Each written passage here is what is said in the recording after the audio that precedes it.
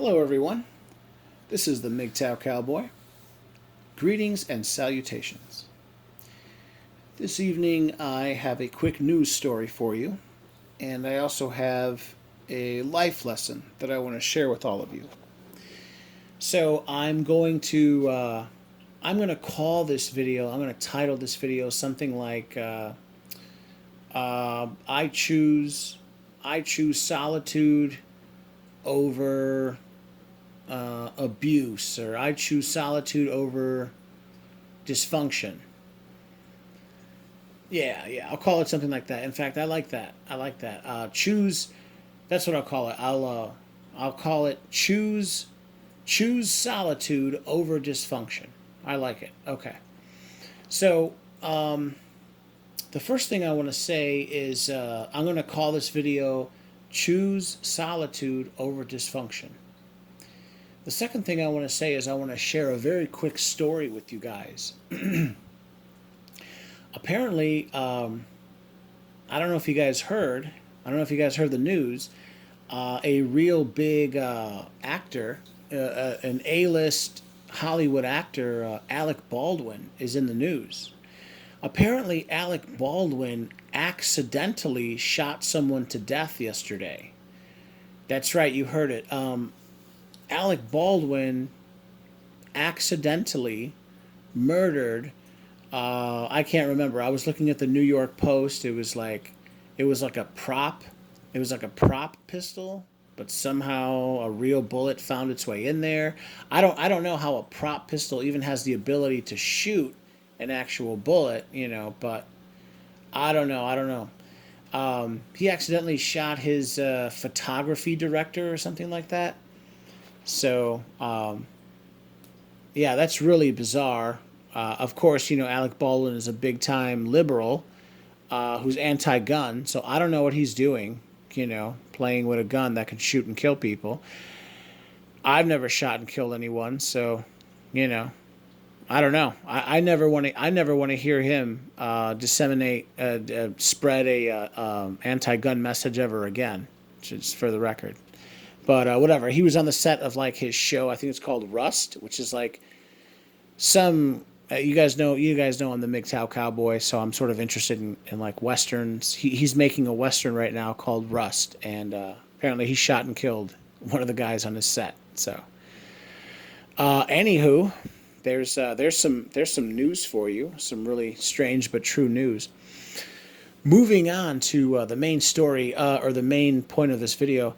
So today was, you could say, a day of celebration for me, and I received some phone calls from some people in my life, wishing me a happy day today, and I want to tell you a quick story about sort of a less than how do I want to put it? How do I want to put it?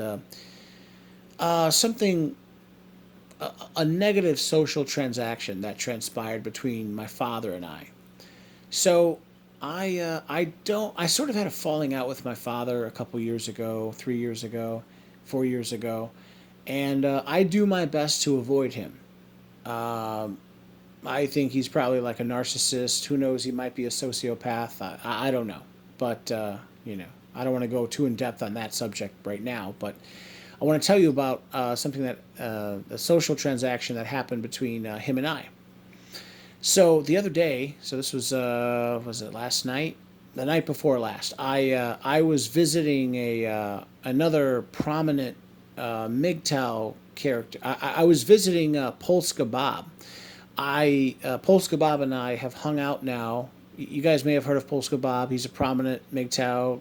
Uh, he's a gentleman in the community, and he invited me to the South Side. I went to go see him. He hangs out at a dive bar on the South Side.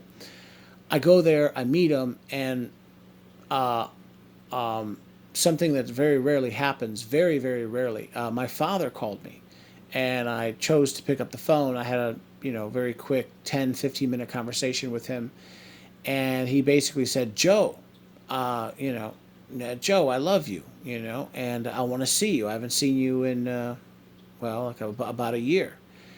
Can we go to lunch? You want to go to lunch with me? And I said, yeah, I'll go to lunch with you. And we schedule a time and a place, and then I hang up with him. And then the next day, um, I text him and I tell him that it might be better if we rearrange, if we change the time that we meet. And he texted me back relatively quickly, within the hour. And then I went to the gym. I didn't see his text immediately, but then when I came out of the gym, I saw he left me a text. I texted him right back. And then I texted him again, and then I texted him again, and then I texted him again. So, um, what I'm trying to say is, how can I put it? Basically, we live in an age of like almost instantaneous. We live in an age of almost instantaneous communication, and well, it occurred to me that my father was playing some sort of head game. You could call it like a passive aggressive. He was trying to elicit like an emotional response from me by ignoring me, playing some sort of head game. And I shut him down. I basically said, in the very last text message that I sent him, I said, Dad, I see that you're ignoring me, and I see it appears to me that you're playing some sort of game, and I don't want to play your game.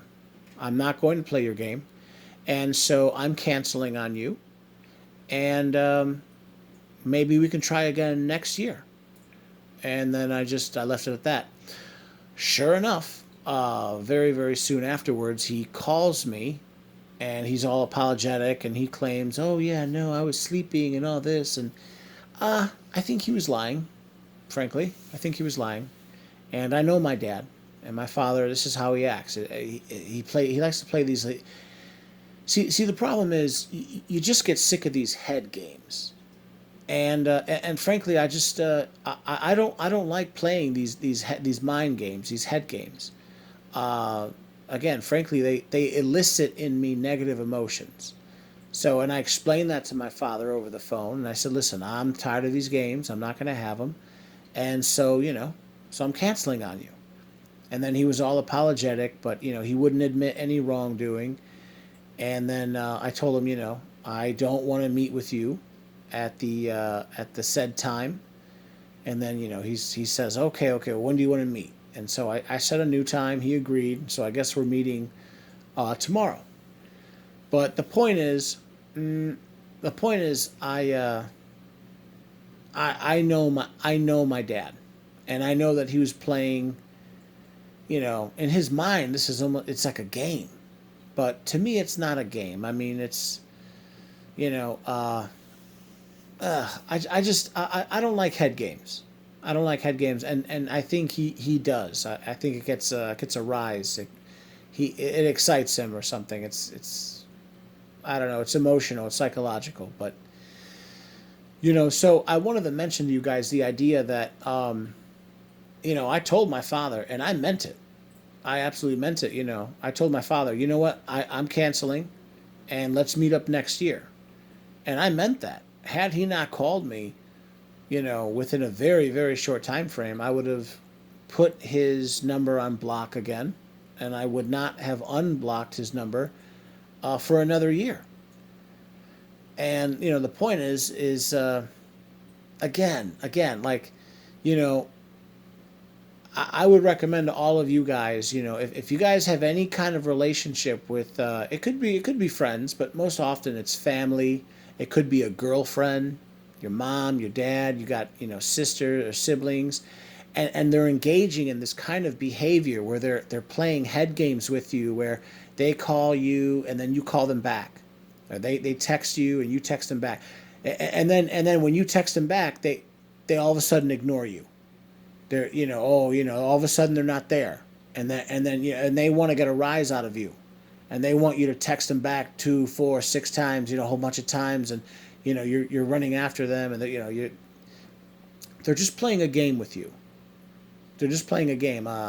I'm no psychologist, but you could look it up. I think it's called narcissistic supply. Some people actually get a rise out of playing head games with, mental games with other people. You want to move past that. It is hard. You can frankly you can develop your own psychological issues where you become psychologically dependent on them. It's called codependency. But that's part of the point of this video. You want to be able to move past that. You want to get to a point where you can cut people off. If you have to cut people off for your own mental well-being, you do it. And what I have found is it's hard at first. It's hard at first, but then over time, once you're staunchly opposed to these head games and you stick up for yourself, these people will cave, and they'll basically give up. They'll stop playing these head games because they know they won't be able to get away with them. And then you'll get what you want, which is to meet people on your terms. And so there won't be any more head games. And then that's good for you because then you're not being jerked around. And then that makes you happy, and then you're more emotionally stable, and you're more emotionally happy, and then so on and so forth. So yeah, that's basically it. I just wanted to share that idea with you guys. You don't have to accept these mind games that people play. When people play these games, you cut them out, and then it's hard at first. You may have your own issues where you really want people you care about to care about you back, and you may just think, oh no, I'll accept this bad behavior, and no, don't do it. Just cut them off. You got to set boundaries. So I'm all right. So I'll leave it at that. Everyone, this is the Mgtow Cowboy. If you like my content, please please comment, please subscribe, and please share. And I'll leave it there. And you guys take care. All right, bye now.